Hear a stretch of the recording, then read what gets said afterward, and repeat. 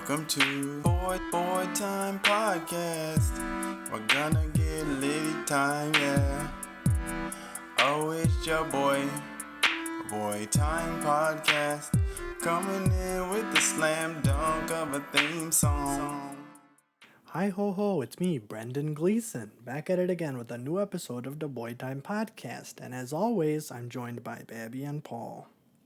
Hey. We're here.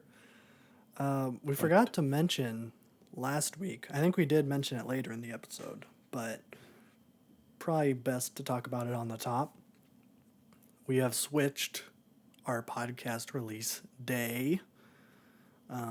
So, for the long-time listeners, we have been releasing on Mondays. We have decided to switch it to Wednesdays.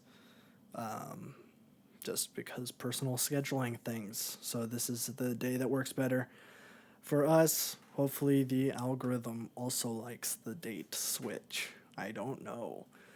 But for the foreseeable future, we will be on Wednesdays.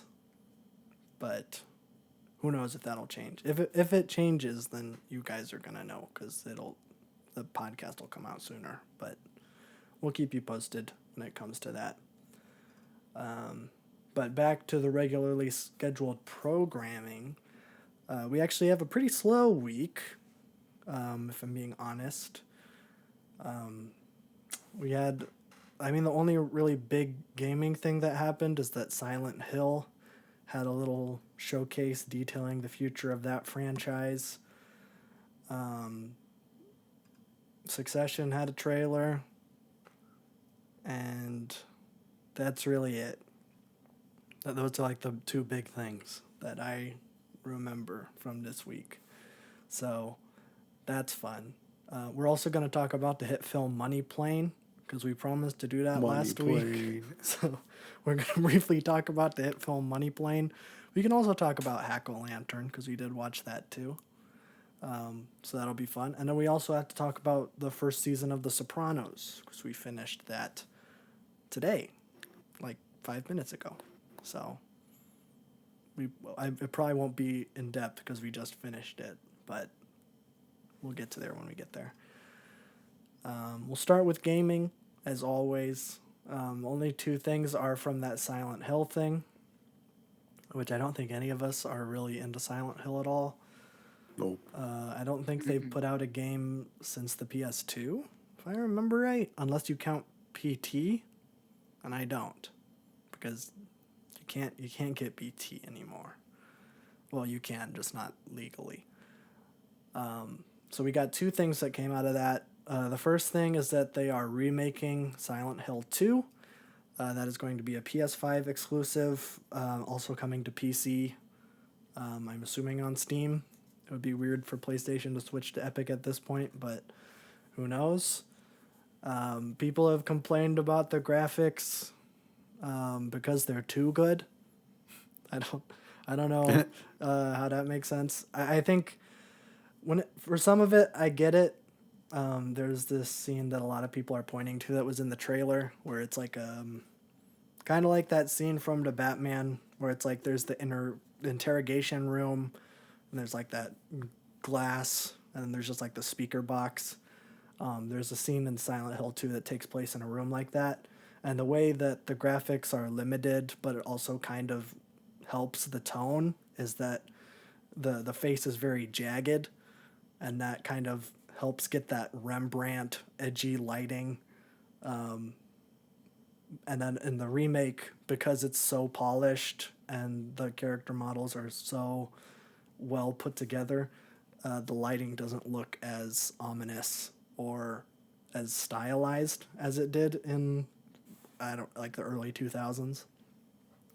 I get it, but I mean that's kind of the trade-off for every single remake, is that you point to like the first Halo remake where you have the original graphics and you can tell what everything is. All the grunt colors are very distinct because they only had a certain number of colors to work with, and they're all like vibrant red, vibrant orange, deep blue. And so you could look at the map from like hundreds of feet away, and you could tell exactly what kind of grunts are coming at you. And then you turn on modern graphics, and then because they're able to use all the different colors that they can, it makes it a little bit harder to distinguish what kind of enemies are coming at you. So I don't know if this is a criticism that is specific to Silent Hill 2, but I don't know. I think it's pretty cool. I think that they should be remaking those games because those games, at least visually, have not aged the best, but they are important, and I think that they should be enjoyed by people. But they announced that they are also making a new Silent Hill game on top of that. It's called Silent Hill F. That's pretty much all we got out of F. it. Yeah. It's Silent Hill lowercase f. Don't know. I don't know. Interesting. Yeah. Can't give a whole lot of context on this because I have not played a single Silent Hill game. But, that's cool. I'm glad that Konami's making games again. I know losing Kojima was really rough even though they did it to themselves, but whatever. We'll move on to movie news because we don't have a whole lot to talk about, but we'll talk about the few things that came up. Damien Chazelle's new movie Babylon, the release date was pushed up. I believe it was going to be coming out in early January, and it has now been pushed to December 23rd to capitalize on the holiday release thing, which is a smart move. So, good job, whatever studio's doing that. I hope it's not Warner Brothers, because we're going to get to their shenanigans later. Again, it's like the fourth time I've had to bring up Warner Brothers shenanigans, but there's that. So that movie's coming out. That's the wide release. I think the limited release, the LA, New York art house theaters are still probably getting it probably around Thanksgiving. I don't know. So there you go. Fun stuff. We got the reviews have come in for the new hit film, The Banshees of Inisherin. I'm pumped for this movie. I didn't know it was coming out so soon. It's apparently coming out like really soon. But it's by one of my favorite directors, Martin McDonagh or McDonough. It's Irish. I don't know. But he's made two of my favorite movies of all time, those being In Bruges and 3 Billboards Outside Ebbing, Missouri. This new hit film is a In Bruges reunion with Colin Farrell, who's the Penguin in The Batman, and Brendan Gleeson. I don't know if you've seen anything that has Brendan Gleeson in it, but those are the Probably two. not. Yeah, those are the two main characters of In Bruges, which is one of my favorite movies of all time. The new movie has the Rotten Tomato scores are coming in, and it's sitting at a 99%, which makes me a very excited boy. I don't know anything about the movie, but it stars 2 Irish people. It's called The Banshees of Inisherin, and it's directed and written by an Irishman. This is going to be the most Irish movie ever. Yeah. Yeah, and I like Irish movies. You're going to need subtitles or Yes. a translator. Yeah. It's like Snatch was tough to understand whenever Yeah. Brad Pitt was doing his thing. It's just going to be a whole movie of that. So that'll be fun.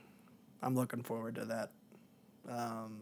So those are my two most anticipated movies that are coming out later this year. I'm going to see Knives Out 2 over Thanksgiving. I'm very excited about that too. So far, it looks like this year is going to be kind of stacked in terms of movies coming out in the next couple months, which I'm excited about. Good, because it's been dead this summer. It really has. Unless you're a big fan of Doctor Strange or I'm not. Black Adam? Do people care about Black Adam? I don't know if people care about Black Adam. There's someone on my And The Snapchat. Rock. It does have The Rock, which what did The Rock say about it? He did he made a post when the reviews were coming in and it was sitting at a 40 something, and he was like, critics just don't get when superheroes try to be more than just what Marvel throws out. It's like, bruh, critics love when superhero movies, Yeah. like critics like fell head over heels for Joker, even though it's just Taxi That's just a Driver. reskin. Yeah. Or like, hell, like the Suicide Squad is not what the Marvel formula. Wow, the Marvel formula. Yeah. But people still like that movie. You just, it's not The Rock's fault. From what I hear, like he's great in it. It's just the movie's not that good. The CGI is really bad. So I don't know. Sorry. So yeah, within the next couple of months, I'll probably be doing some movie reviews. I don't think anything's coming out until November or Thanksgiving that I'm interested in, but I'll be recommending some stuff, hopefully, if they're good. But I don't see Babylon being bad, and I don't see the Banshees of Inisherin being bad, and I really don't think that Knives Out 2 is going to be bad. But Rian Johnson has let me down before. I'll just put it at that. And we got to talk about Warner Brothers shenanigans, and then we're going to talk about Netflix shenanigans. I already showed Babby this, so this isn't a surprise. But Warner Brothers is releasing Fellowship of the Ring in its entirety as a set of NFTs. Thank you. Just because Warner Brothers wanted to tarnish their reputation even more, they're starting the WB Movieverse, which will be releasing various films as NFTs. Have you ever wanted... Yeah. I don't exactly know how it works, though. Frankly, I don't know a whole lot about NFTs, so this might be my, the ignorance showing. But from what I can tell, when you buy the NFT of Fellowship of the Ring, you're getting the entirety of the movie, along with some like bonus digital content. I don't know. Why not just get like the Blu-ray? Because then you physically own something, and it isn't linked to your Bit wallet or whatever. Or whatever it is, yeah. I don't care. It's stupid. I don't care.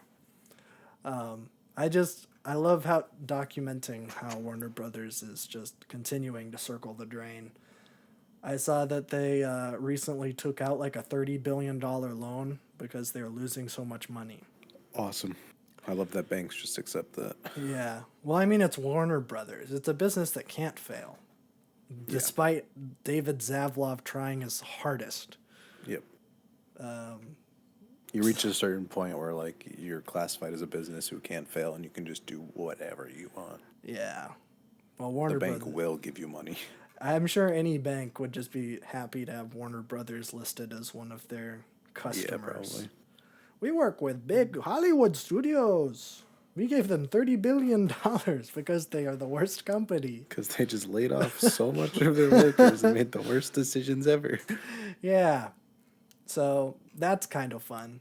Netflix, I guess from a certain point of view, is either taking a W or an L, depending on... Probably both. Maybe both? Earlier this year, I talked that Netflix was going to abandon the binge model and do the weekly release thing that Amazon and Disney, traditional television, Paramount Plus, Peacock, Apple TV, HBO, where they just do weekly stuff. Google Stadia. They do the weekly release thing, which I think is smart. I think it's okay for the consumer. I don't see it as like a net win or lose, because yes, you do have to pay for multiple months of the service, but there is a sense of community where it's like everybody's watching the freaking House of Dragons show, and when a new episode comes out, and everybody's super excited, and they're making photos and memes and whatever. And so everybody's super happy. I'm 3 episodes behind, so I don't know what Community feels like, but I've heard that it's good. So some people like it. Some people would rather just every episode come out like Stranger Things, except this last one that released it in 2. Which was kind of cool. But, either or. I think there's arguments for and against it. Netflix took back their statement and said, nope, we are going to keep doing the binge model. So, assumedly, when 1899 comes out in a couple weeks, that will all release at once. Let's go. So, we'll see. We'll see what happens there. But that was just a little bit of Netflix news. I don't have any strong feelings either way, honestly. Because I'm really bad about getting caught up with things anyways. Even Andor, a show that I really like and that I am a super fan of Star Wars, I'm still like a couple days behind from watching the new episode when it comes out because I'm bad. So, sorry. By the way, Andor has been really good. I'm going to wait to talk about it until it's done in a couple weeks, but so far it's been really, really good. So, we forgot to talk about Money Plane. Money Plane, the hit film starring Kelsey Grammer and Denise Richards and Edge. The Edge. Edge. I feel like I'm forgetting somebody. Oh, the Lawrence brothers. Yeah. Yeah. Andrew Lawrence is the one that wrote and directed. I think he's a guy from Growing Pains. Or his brother's the one in Growing Pains. I don't know who the Lawrence brothers are, but I think they're celebrities. What did we think of the hit film Money Plane? My favorite part is when they said money plane. That was my favorite part, too. My favorite part was just cheering every time they said Money Plane. I think they said it upwards of 25 times. I was kind of counting. We should have counted. I was like somewhat keeping track, but I feel like it ended up in the 20s somewhere. I mean, that would make sense. They said Money Plane so many times. Yeah. I'm glad I watched it because it really is a life-changing film. It was very entertaining. Yes. Which I think our bad movie night this time was maybe one of our most successful. I think Hack-A-Lantern and Money Plane were both very entertaining. Yeah, they were entertaining. Money Plane like tried to stick some like moral landing and completely failed. And like there was a whole bunch of like set designs that were awful, and the acting was kind of bad on some people's parts. And the writing was pretty awful too. Yes. Because they had the terminal was called Money Plane Terminal. And every time they would show like a different part of the plane, it would say like Money Plane Lounge. And it was always funny. It was always the same like 10 feet of plane set, and then they just like put up different curtains. Money planes are known for having curtains like everywhere. I don't know if you've ever been. Every time I board an airplane, it's just like constant curtains. Yeah. Always. Yeah, and those are like big, like a big international plane. Those are the stock footage that they used of the Money Plane, were like these huge double-decker planes. Even though it looked like it was like a small, like one seat on one side and then two seats on the other side size plane, and then they gutted it out. It didn't look like one of those. Because like those international planes, it's like 3 people and then like 7 people and then 3 people. Yeah. Which are huge. Yeah, this one was like a little PJ or something. Yeah, it was a little thing that I don't know. I know there are airplane sets in LA that you can rent out, and my guess is that they did the cheapest one.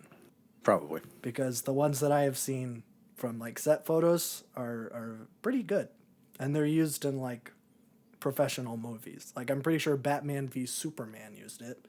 Maybe not the best example, but there is a plane scene that looks like it's on a plane. So Money Plane does not look like it's on a plane. No, it looks like it's on the ground. Yes. It's like it's on like a shipping container. Yeah, it kind of feels like that. I really love the part of Money Plane where they're all sitting down to play Texas Hold'em, and then it's just like the exposition. They all got a card that says, read the exposition for the character that is sitting next to you. Yeah, exactly. And they all started it with, I know who you are. You are King Cobra, the most evil human trafficker on the whole wide planet. And then you have the classic trope of like the guy who doesn't know what he's doing, just winning at everything. Yes. And it's funny because his name is Mr. McGillicuddy, and he's black, and Irish people are not black, so that is pretty funny. That's so funny. But yeah, it was pretty fun. He didn't even bet, and he was winning, which was Yeah. kind of awesome. Yeah. I mean, it wasn't like an awful movie. It was just like so incredibly mediocre, but still somehow kind of entertaining. It was. I would not recommend watching it by yourself. No, no. Watching it by yourself is gonna be bad. But if you want to play drinking games or something with it, then it's a good movie to do that. Take a drink every time they say money plane. Every time they say money plane. That would like really mess you up, I think. Yeah. Worth the shot. Oh, it's worth many shots if you see what I said. Aha. No. Funny joke. Do we want to talk about Hack-A-Lantern? I don't know if I have anything to say about Hack-A-Lantern. I feel like I said that it didn't even need to be a movie because there was no plot of that movie. No. They tried to make something out of it, but it just ended up being like nothing. It was just a whole bunch of scenes compiled together into like a somewhat linear narrative. Yeah. I mean, you could tell what it was trying to do. Yeah, they just kind of failed at every corner that they tried it. But it was entertaining, though. It was entertaining. I mean, I would recommend it. It's like a good Halloween B movie if you're into like bad movie nights and you want to throw like a Halloween themed one. I would definitely recommend Hack-A-Lantern because it was fun and we laughed a lot. And like the acting in it is really funny. But I mean, it does have the trope that many 80s B movies had where it's like, hey, we gotta get people interested in the movie. We gotta have gore and tits. TNA, how are we gonna fit it in there? And it's just like randomly cut to like a transition where it's just a pair of tits. It's like, oh, okay. So you had no idea. You were worried that people were falling asleep. Like, jump scare. I appreciated it. I thought it was pretty fun. And hot. Yeah, especially when there were those feet there. Those were pretty good for you. I don't remember a feet transition. I don't doubt that it would be there. But yeah, good movie. Good set of movies. It's a good 1-2 punch, I think. Money Plane and Hack-A-Lantern. They're like exact opposites of each other. But pretty good. So let's talk about show news and the Sopranos. We only have one bit of show news. Is that Succession Season 4 is coming out spring of 2023.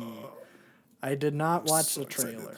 Because me neither. I don't plan on it. I don't plan on it either. I just want to jump in blind.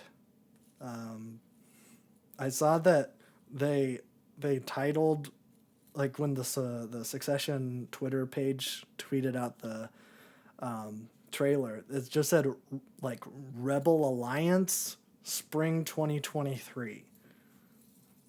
Okay. I don't know what that means, but I don't know if they were trying to make a Star Wars reference or if it was just, I don't know, but that's all I've got about I just want to Succession see season Greg 4. again.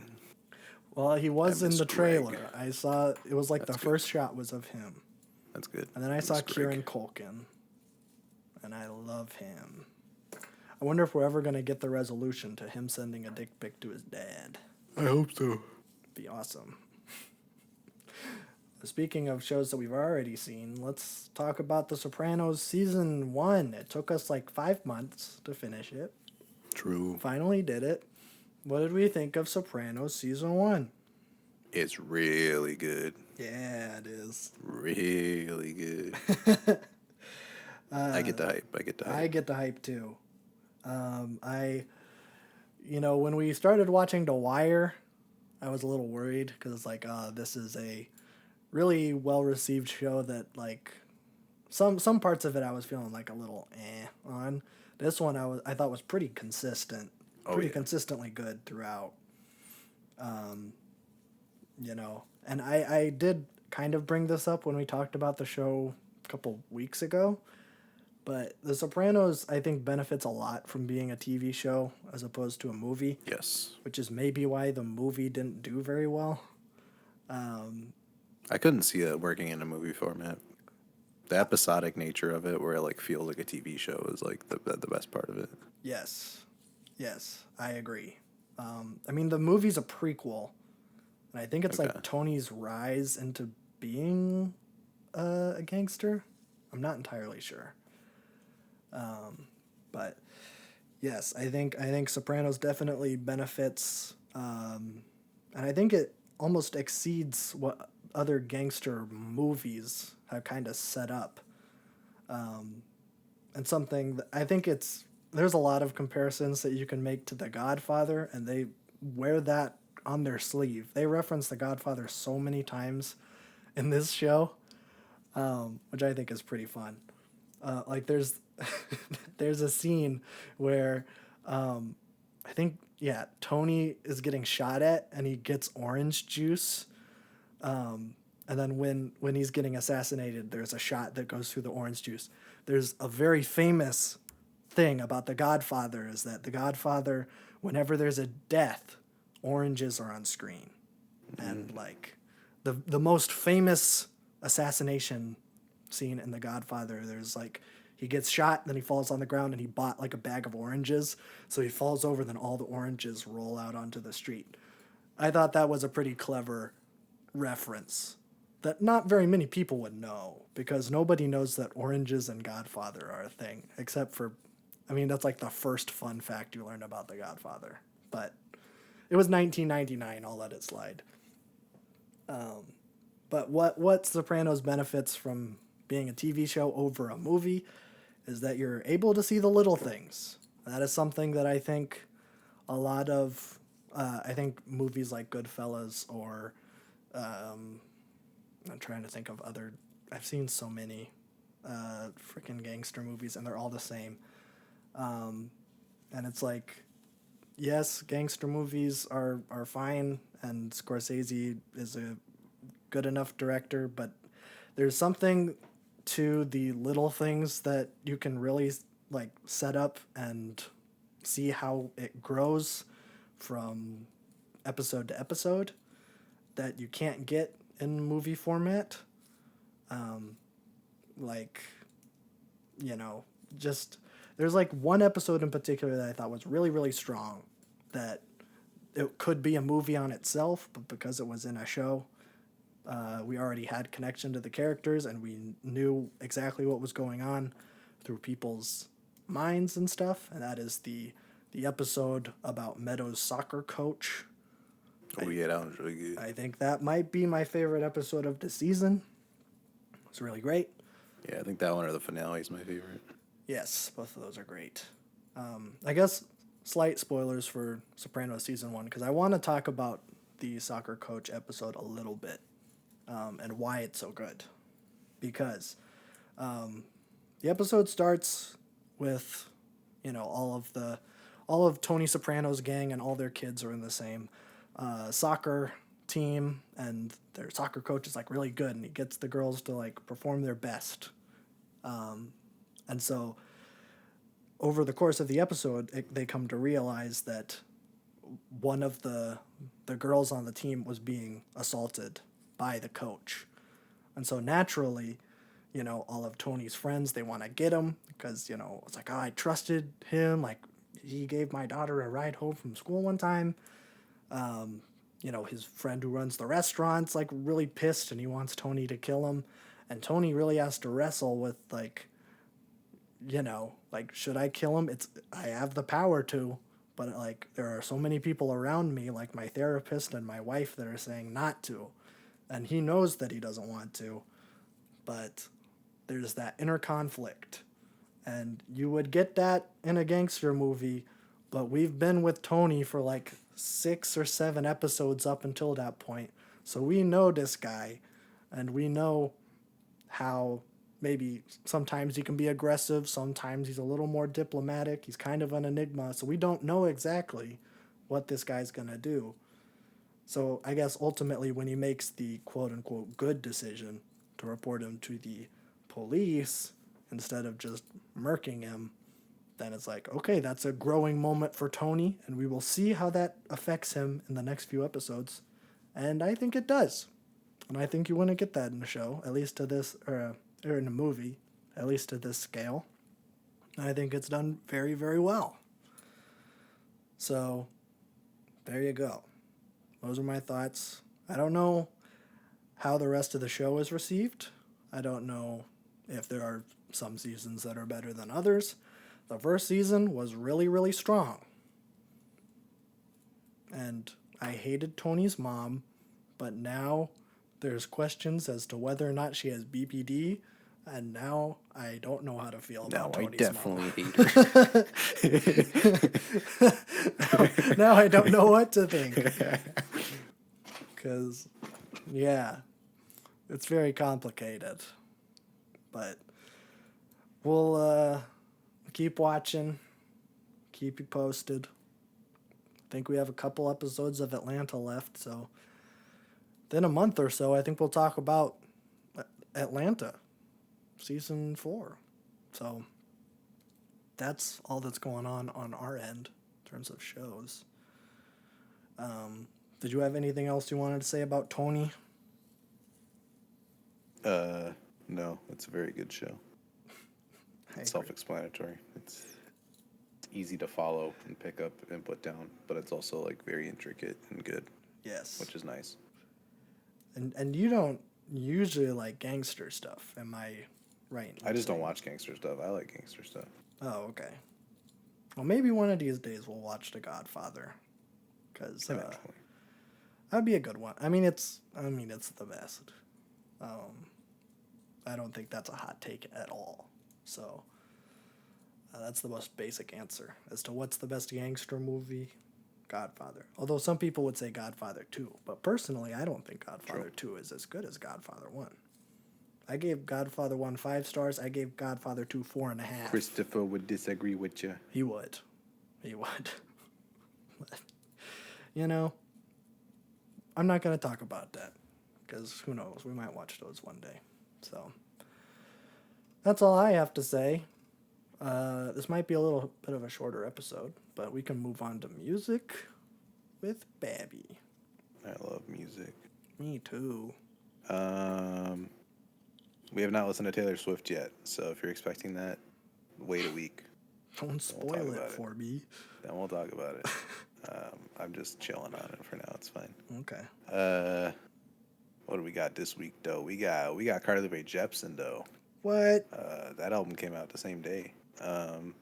Yeah, Loneliest Time. I was a little scared because Beach House was the first single, and that song's kind of good and bad. The chorus kind of ruins it for me. I was like not really in. I was like, this is not the start that I wanted. Then Talking to Yourself, the second single came out. I'm like, this is pretty good. I enjoy this. This is like some emotion level stuff. And then the record came out, and the record is really, really, really good. Okay. I might like this more than Emotion, honestly. What? Because Emotion definitely feels trapped.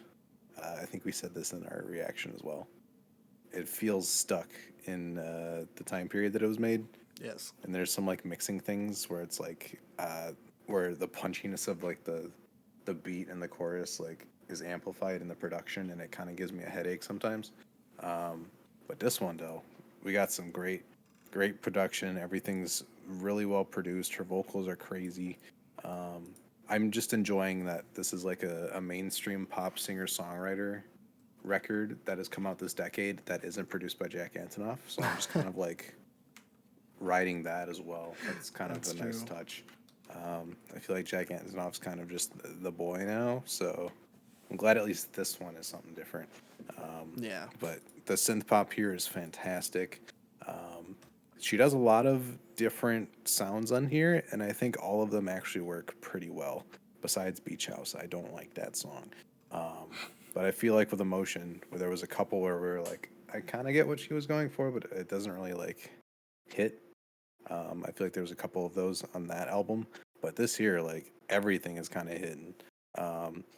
She does some like more acoustic type of stuff. On some tracks, I think like Sideways and Western Wind are probably my two favorites. They're just gorgeous, and it's still fun. It's like, it is definitely a fall album. Like it has these synth pop grooves. It's bright, but it's not too sugary like Emotion is. Emotion is very, very Tom Hanks dancing in the street. This is a little bit more low key, which I really like. It's a lot more sequenced well. I don't think people are receiving this as well as I am. Like, I'm really digging this for some reason. Um, this is like the Carly Rae Jepsen album that I want. I haven't listened to Dedication, so maybe Dedication kind of builds on this style too, or Dedicated, I mean, because I know a lot of people like that record as well. But yeah, this is nice. You'd probably like this a lot more than Emotion. if Oh, I were to really? guess. Yeah, So it's a maybe lot I'll more listen smooth. to it and then I'll report It's back next it's week if it's really good. Yeah, it's really good. Even the bonus tracks are good. Oh, okay. Like 2 out of the 3 bonus tracks are like as good, if not better, than some of the base material on here. How's The Rufus Rufus Wainwright? Wainwright, I like it. I like it. Okay. It's nice. It's a nice little duet. It's the closing track technically of the main album. Um, I don't know what it reminds me of. It reminds me of like a. I remember like that Pink and the guy from Fun, that duet Nate song. Roos. Yeah, Rayus. it's kind of something like that. I mean, I like this version a lot better, but it's kind of like that, where it's like, it's these two pretty well known artists like doing this, and it's not overly cheesy, but it's kind of cheesy. But like Okay. the actual song just sounds pretty good, so I can't help but like it. But yeah, this thing's really nice. I feel like it kind of got overshadowed by Taylor Swift a little bit. I loved the Twitter battles on Friday. That was fun to watch. But yeah, I really, really like this thing. This is definitely my pop album of the year so far. Wow, okay. I got to give it some more time, honestly. But like, I mean, if it hits right away, it hits. There's not like depths and layers to this stuff. It's just some really nice writing, some really cool production. Everything's super warm and still kind of bright, but not like bubblegum sugary. So I feel like it's a perfect mix for what I want. Sure. So very good job. Very good. Nice. I need to listen to Dedicated because so far what I've heard from her, very consistent. Yeah, I know Dedicated was well received, so I might check that out eventually. Okay. What else we got? We got that new Anderson .Paak No Worries single. Oh, I haven't Where I listened to Go that. featuring her. Yeah. Very smooth. I like it. More of like an R&B cut than I was expecting. I was expecting like something more flashy to like come out of the gate for the second record here. Just knowing some of the stuff on Yes Law, it's a lot more in your face than this is. But I do like this. It's very smooth, kind of groovy. Her does pretty well. I feel like I've only heard her when she's performing on the Grammy stage because the Grammys love her for some odd reason. Yes. But she did well here. I mean, no complaints here. I don't know when this record is coming out, but definitely looking forward to it. Anything with Anderson .Paak in it is something that I want to listen to. Yeah, I like Anderson. I haven't listened to the single I was going to. I forgot. For gore. Whoops. What else we got? I think that was all I had for new stuff this week. We'll do Taylor Swift next week, so we can get into that. I did not listen to the new Arctic Monkeys record. What? I still have not listened to an Arctic Monkeys record. Something about Arctic Monkeys just seems like I'm not gonna like it or understand it, so I'm just avoiding it as long as possible, which is probably not a good way to go about it, but we'll just chill on it for now. It's fine. I But hate I the Arctic have Monkeys. seen people really liking it, so Okay. good for them, I guess. Yeah, great. Yeah, Taylor Swift. I think that was kind of it for like the big boys this week.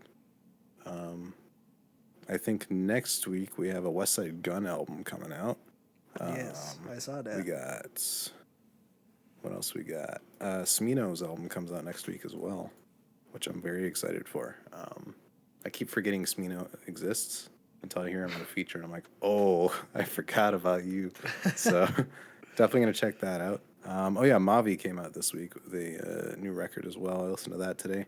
Mavi's alternative hip hop, pretty dang good. Let the Sun Talk from 2019 is probably one of the best hip hop records of the last decade. Very kind of Earl Sweatshirt-ish, that kind of alternative hip hop. But yeah, this new one really sounds like kind of a some rap songs formula. The longest song here is like 3:05, or no, 3:46. Everything else is like sub 2 minutes or like 2 minutes and 30 seconds. So a lot of like short pieces.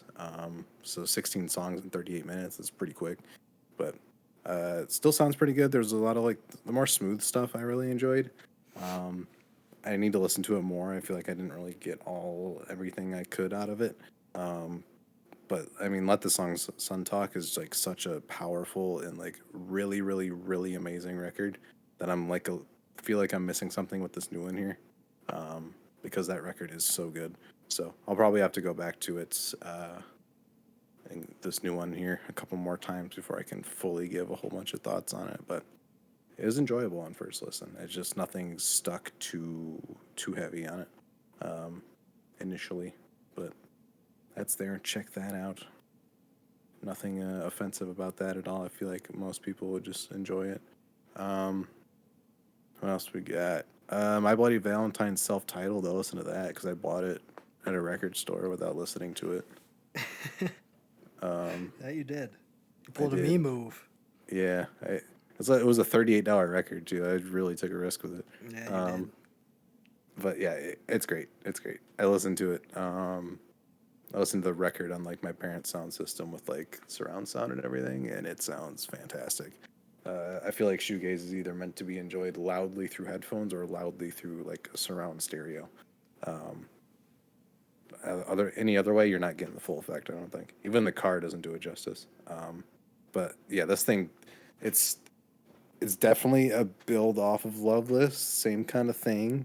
Which I mean, that's kind of their signature. So like, that's what I was expecting. A lot more like, it's like slightly darker. It's a lot more song structures not being existent on this record at all. There's not really song structure because even Loveless had some songs that were very kind of conventional, like the closer and the opener were both kind of like, you got your verse chorus.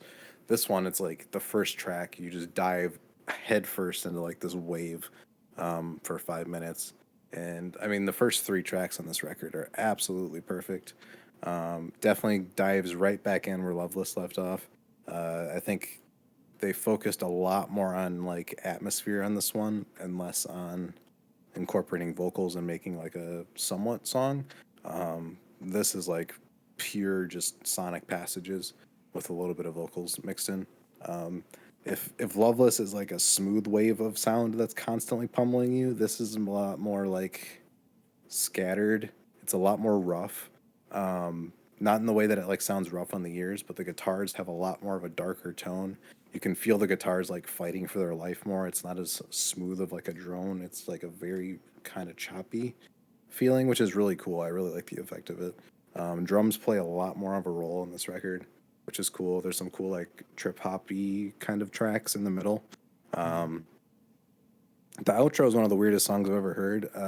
I can't tell if Kevin Shields somehow made a guitar sound like this, but it sounds exactly like how like when you're near an airport outside and a plane takes off, you can hear the jet engine from far away. That's exactly what it sounds like. It sounds like you're like breaking the sound barrier. I'm like, that's kind of a crazy sound to make up if they did that with a guitar, unless they just used the sample for it. It's just really strange. It's a really cool track, but like I never expected to be like, oh yeah, you guys like have a meme where like your guitars sound like vacuum cleaners. So then for this song, you just made it sound like a jet engine, and that's the song. I'm like, okay, cool. But yeah, they do a lot of experimenting on this one. Most of it is done pretty well. Again, the first three tracks are probably my favorite. They're the most Loveless-y, where you kind of just get surrounded by this just wave of guitars. There are some really cool moments where there will be a guitar layered on top of all the other ones and kind of like is the star of the show. That kind of becomes almost like a conventional guitar solo-ish, which is awesome.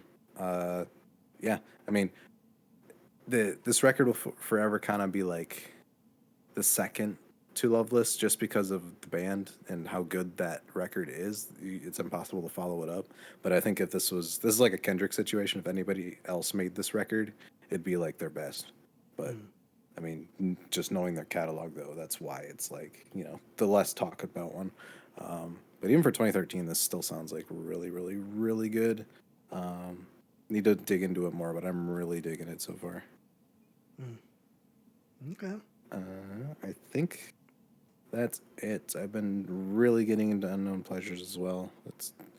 I did predict what I was gonna feel about that thing, isn't that like the more I listen to it, the more I'm gonna appreciate it. So I'm really digging that. But other than that, that's just kind of what I've been jamming to.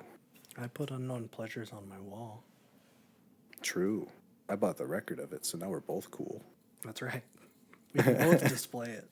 Now we can Legally- both display it. Legally, Yeah. we have both listened to the record, so we can both publicly display that we have listened to the record. Exactly. And I think that's all that really matters. That's all that matters. Yeah. I'm listening to that Lizzie McAlpine, the new one. I think it's like 5 feet deep. I remember right. 5 seconds flat, not even close. Kind of. Well, the first word. Yeah, it's growing on me. I really like it now.